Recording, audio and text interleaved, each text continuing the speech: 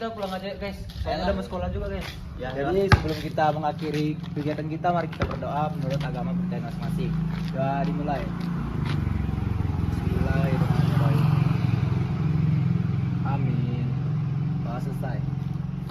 Contoh ini menunjukkan bahwa siswa dan siswi mencerminkan sikap toleransi dan kerukunan antar umat beragama yang merupakan contoh keseharian dalam sila Pancasila pertama.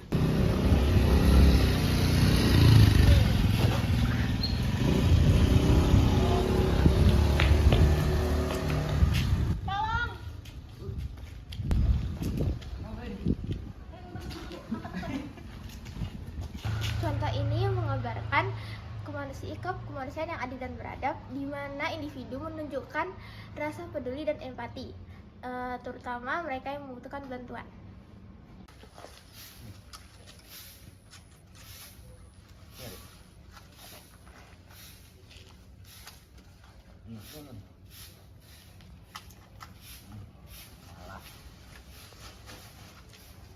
Contoh ini menunjukkan bahwa semangat persatuan Indonesia dapat terwujud dalam hal yang sederhana, seperti gotong royong.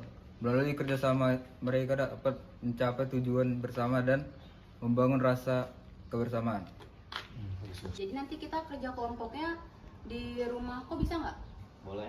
Nah, oke. Nanti kalau buat barang-barangnya ada gunting, ada sendok, kertas sama lem. Nah, kalian mau bawa apa Aku nih? gunting. Sendok.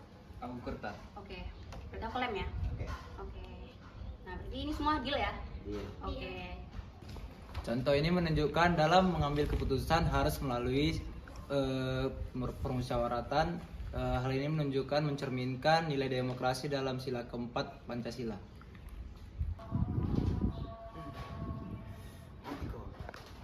Itu musuhnya. Ya. Maju. Ya, kalah. Ada Jones. Jones. Gimana kalau kita main yang lain aja? Permainan apa ya? Itu ada basket. Oh iya, Main basket aja nggak sih? ayo main basket Ayo. aja yuk. Contoh ini menunjukkan bahwa semua orang memiliki kesempatan yang sama untuk mendapatkan keadilan sosial. Hal ini menceritakan nilai kesejahteraan dan keadilan bagi seluruh rakyat Indonesia yang menjadi inti dari sila kelima Pancasila. Oke, assalamualaikum warahmatullahi wabarakatuh. Perkenalkan, kami dari kelompok 6. Kami akan memperkenalkan diri terlebih dahulu dengan saya sendiri, Rada Juliarti. Saya Lisa Nurasana. Saya Heri Adnan, saya Jones Sudirman. Saya Arnold Dangki Fernanda Bulon. Nah, kami di sini ingin mewawancarai salah satu guru SMA Negeri 1 Batam. Oke, Bu, boleh perkenalkan dulu? Assalamualaikum warahmatullahi wabarakatuh. Selamat sore semuanya. Perkenalkan, saya dengan Bu Nani, mapel bahasa Indonesia di kelas 11A sampai 11E. Jadi saya akan diwawancarai oleh beberapa orang Nanda dari kelas 11E untuk meminta keterangan atau minta penjelasan kepada saya mengapa ya sila Pancasila itu saling berkaitan. Baik anak-anak semuanya, terima kasih sudah memberikan kesempatan kepada saya. Ya sedikit banyak saya akan menjelaskan mengapa sila Pancasila itu saling berkaitan. Ya, itulah menunjukkan bahwa kita itu saling bekerja sama, saling rukun. Ya, sila Pancasila itu ada 5. Yang pertama itu adalah sila ketuhanan yang Maha Esa. Yaitu menunjukkan bahwa bangsa kita memiliki kepercayaan dan keyakinan.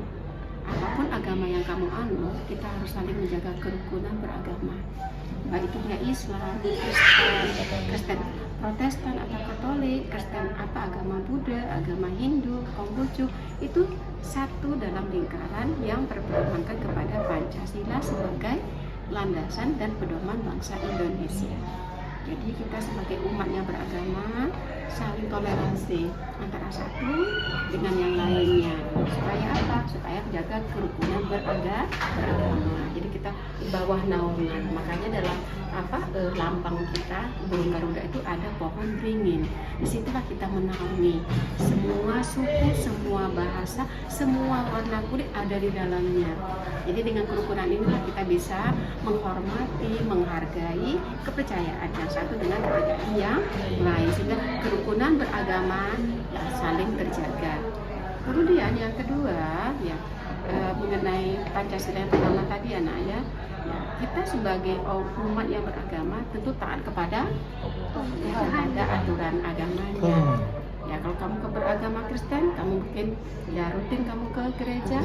Ya Islam harus menjalankan perintah Allah 5 waktu sholat, berpuasa, haji bagi yang mampu. Yaitu kita sebagai umat yang beragama. Yang kedua, Pancasila yang kedua yaitu kemanusiaan yang adil dan beradab. Antara satu dengan yang lainnya harus saling punya empati, harus ada mempunyai rasa simpati. Nah, disinilah kita menjalin hubungan baik antara sesama manusia, karena kita sebagai manusia adalah makhluk sosial, membutuhkan satu dengan yang lainnya. Nah, kalau kamu melihat orang yang dalam kesusahan, ada rasa simpati. Kamu ingin membantu seseorang dalam kemiskinan, dalam kecelakaan atau dalam musibah, kita ada rasa empati kita, ya nak ya. Jadi dengan tetangga, dengan lingkungan yang ada di sekitar kita, kita harus menjaga keberadaan saling, ya menjaga kerukunan berkemanusiaan. Jadi kemanusiaan yang adil dan beradab itu kita punya adab, punya peradaban, ya. Kita disanjung oleh negara luar. Mengapa? Karena bangsa kita adalah bangsa yang beradab. Kita datang ke rumah orang, kita memberikan salam.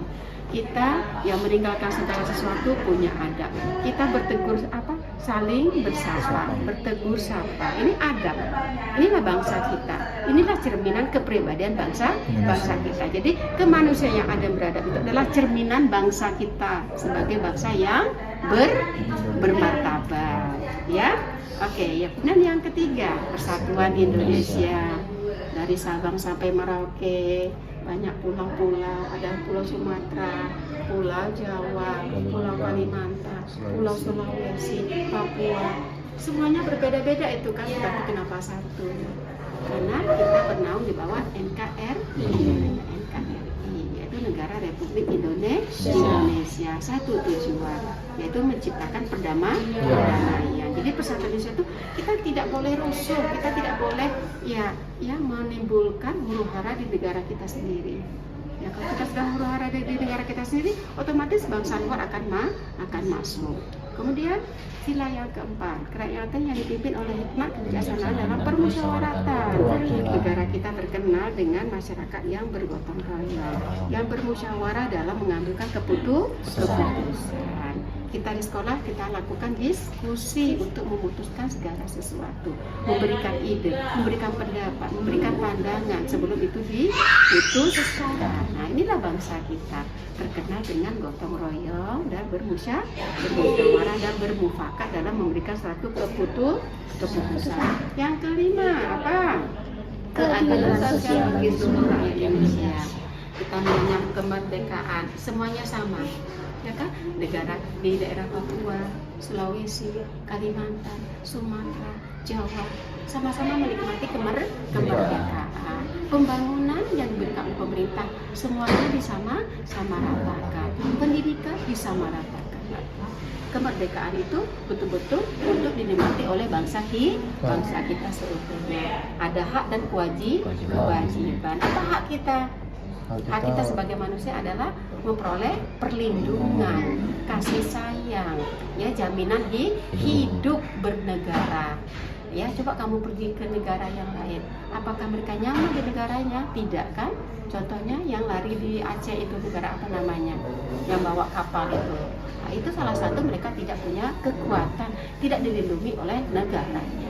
Kalau kita bangsa Indonesia, kita dilindungi oleh negara, keamanan kita itu dijamin oleh negara. Jadi keadilan sosial bagi seluruh rakyat Indonesia, kita ini dalam lingkaran yang damai dalam persatuan. Makanya keadilan sosial bagi seluruh rakyat Indonesia.